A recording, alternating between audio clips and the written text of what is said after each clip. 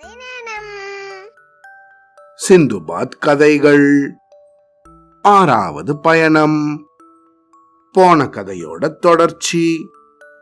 அந்த ஆள் இப்படி சொன்னதும் அதை கேட்ட நானோ, அல்லா மேல கருணை வச்சு எனக்கு ஏதாவது சாப்பிட கொடுங்க ஐயா, அப்புறமா என்னை பத்தின எல்லா விபரத்தையும் நான் சொல்றேன், இப்போ எனக்கு பசி காது அடைக்குதுயா அப்படின்னு சொன்னேன்.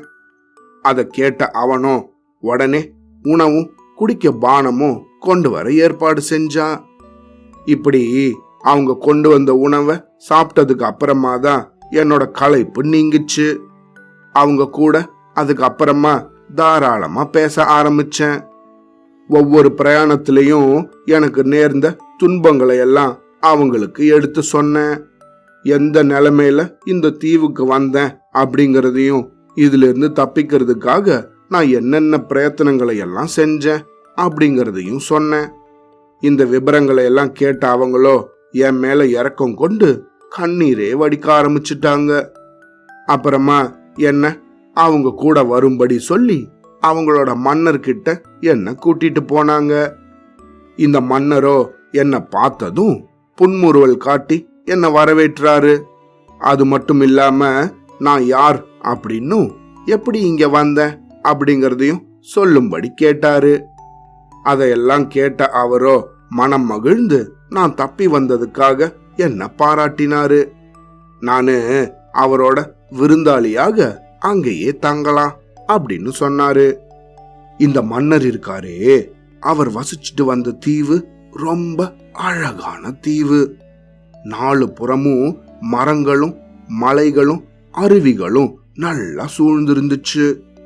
இங்க சூரியனும் பகல் 12 மணி நேரமும் இருக்கும், ராத்திரி நேரமும் 12 மணி நேரம் இருக்கும். இந்த தீவுல இருக்க விலை உயர்ந்த பொருட்களை விவரிக்கவே முடியாது. வைரமும் தங்கமும் ஏராளமாக இருந்துச்சு. இந்த நாட்டுல இருக்க இருக்க எனக்கு ஒரே சந்தோஷமா இருந்துச்சு. இருந்தாலும் அடிக்கடி என்னோட ஊர் ஞாபகம் வந்துட்டே இருந்துச்சு எனக்கு. அப்ப எல்லாம் எப்பதான் நம்ம ஊருக்கு போவோமோ அப்படின்னு ரொம்ப துடிப்பேன். என்னதான் இந்த ஊர் நல்லா இருந்தாலும், சொர்க்கமே என்றாலும் நம்ம ஊரை போல வருமா, அது எந்த நாடா இருந்தாலும் நம்ம நாட்டுக்கு ஈடாகுமா அப்படின்னு என் மனசுல தோணிக்கிட்டே இருந்துச்சு. இப்படியே இருந்தபோது ஒரு நாள் என்னோட ஆவலை என்னால அடக்கவே முடியாம அந்த மன்னர்கிட்ட போய் என்னோட இந்த ஆசைய சொல்லி முறையிட்டேன். அவரும் கூட என்னோட பிரியம் போல செய்யலாம் அப்படின்னு சொன்னதோட என்னோட பயணத்துக்கும் ஏற்பாடு பண்றதாக தெரிவிச்சாரு. அதுபடி ஒரு நாள் ஒரு கப்பல்ல என்ன அனுப்புறதுக்கும் முன் வந்தாரு. அப்படி என்ன அனுப்புறதுக்கு முன்னாடி எங்க நாட்டு மன்னரான கலீஃபா ஹரூனுக்கு ஒரு கடிதம் எழுதி சில பரிசில்களும் கொடுத்தாரு. எனக்காக கொடுத்த பரிசில்களோ ஏராளமாக இருந்துச்சு. ஆனாலும் மன்னருக்கு கொடுத்ததோ ரொம்ப ரொம்ப விலை உயர்ந்த பொருட்கள். மன்னருக்கு எழுதின கடிதத்துல அவர் சொல்லியிருந்ததாவது, கலீஃபா அவர்களுக்கு இந்தியாவின் மன்னனாகிய நான் என்னோட வணக்கத்தை தெரிவிச்சுக்கிறேன். 1000 யானைகளும் அளவற்ற பொன்னும் மணியும் கொண்ட நமது அரசாங்கம் தங்களுக்கு அன்பின் காணிக்கையாக சில பொருட்களை அனுப்புகிறது. அத நீங்க ஏத்துக்கிட்டு எங்களை கௌரவிக்கும்படி கேட்டுக்கிறோம். அப்படி கௌரவிச்சு எங்களுக்கு நீங்க சகோதரர் போலவும் நண்பர் போலவும் இருக்கணும் அப்படின்னு கேட்டுக்கிறோம்.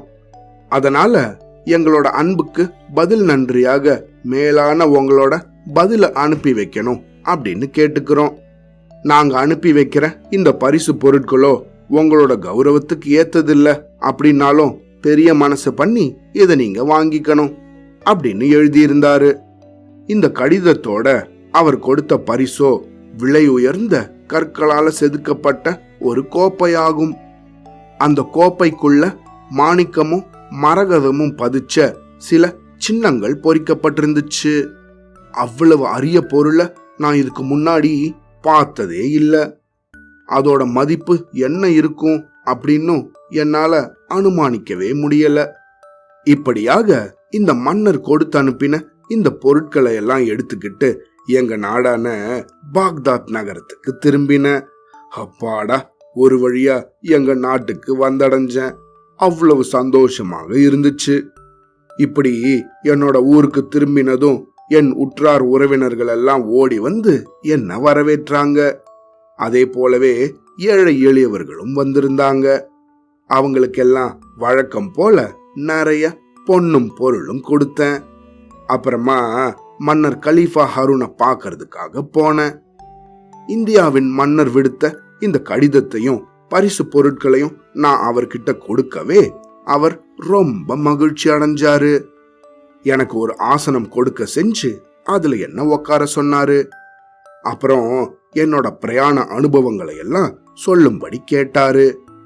அவரோட குரல் கேட்டதும் நான் என்னோட பிரயாணங்கள் ஒவ்வொன்னையுமா அவர்கிட்ட விவரிக்க ஆரம்பிச்சேன்.